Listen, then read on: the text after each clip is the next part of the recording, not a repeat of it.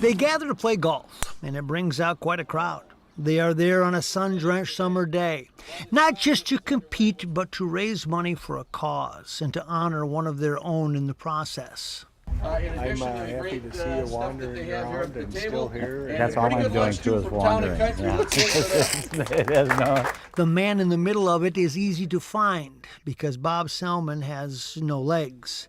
Taken away from diabetes. The reason they are here on this day is to raise money to fight it, a disease that attacked him at an early age. You know, Bobby, as he probably told you, got juvenile diabetes back when he was a little kid. And back then, his life expectancy was mid-30s. Oh, it gets better. There was the double transplant to save his life at age 39. A kidney donor and pancreas required. When I was getting my legs cut off and I had some finger amputations, I'd always, you start to feel sorry for yourself. And my wife would come down, she goes, let's hop in the wheelchair and run through the children's cancer ward.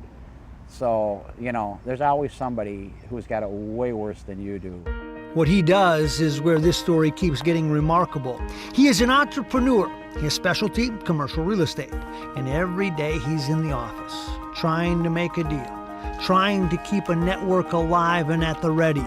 He just likes having his fingers on the pulse of everything that's going around.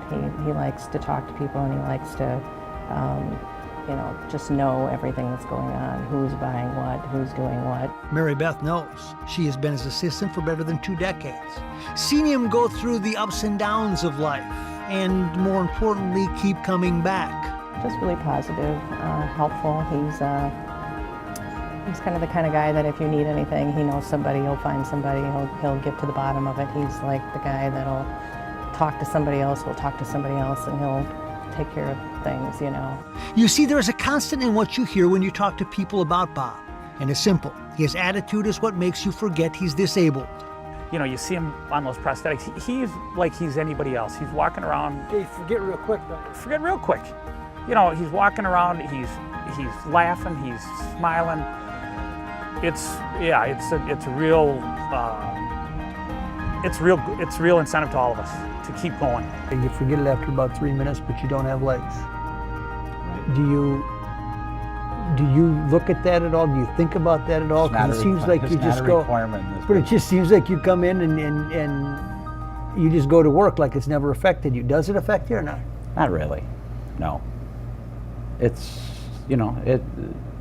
it's just like any hurdle anybody else has. Every day they have to do something and you forget about it. It becomes second nature. He knows diabetes is a fight much bigger than him. This is a crippling disease that has no known cure, but has a progress report that is at least encouraging in the form of eyelid transplants. And right now, 50% of the people after 5 years who've had this procedure remain insulin-free. And they do have to be on immunosuppressant drugs. Having eyelids from a cadaver donor is no different than getting a heart or a lung. It's foreign tissue. So at the University of Minnesota, we lead the world in that procedure. That's why they gather, raising over $400,000 on this day, hoping to speed up the cure. We're making tons of progress at the University of Minnesota and at a number of other institutes around the country and around the world, but not quite as quickly or quite as focused as we'd hoped for. But that's not what keeps him going. He understands he may never see the end result, but he also understands there is too much life to be lived to get caught up in what you don't control. I've got 2 great kids, a wonderful wife I've been married to for 33 years. She's been my caretaker. I'm her pain in the ass, so. He is buoyed by his family with a special incentive. It comes in the form of a granddaughter that has captured his heart like only she can. I've got a beautiful little 2.5-year-old granddaughter who's my best buddy, and never thought I'd see those days. And Bob will just keep getting up and inspiring those around him simply by being himself, by walking the walk. I'm able to function and do everything I need to do, and I feel I'm very fortunate. I thank God every day. Life to the Max is brought to you by Life Touch, photography for a lifetime.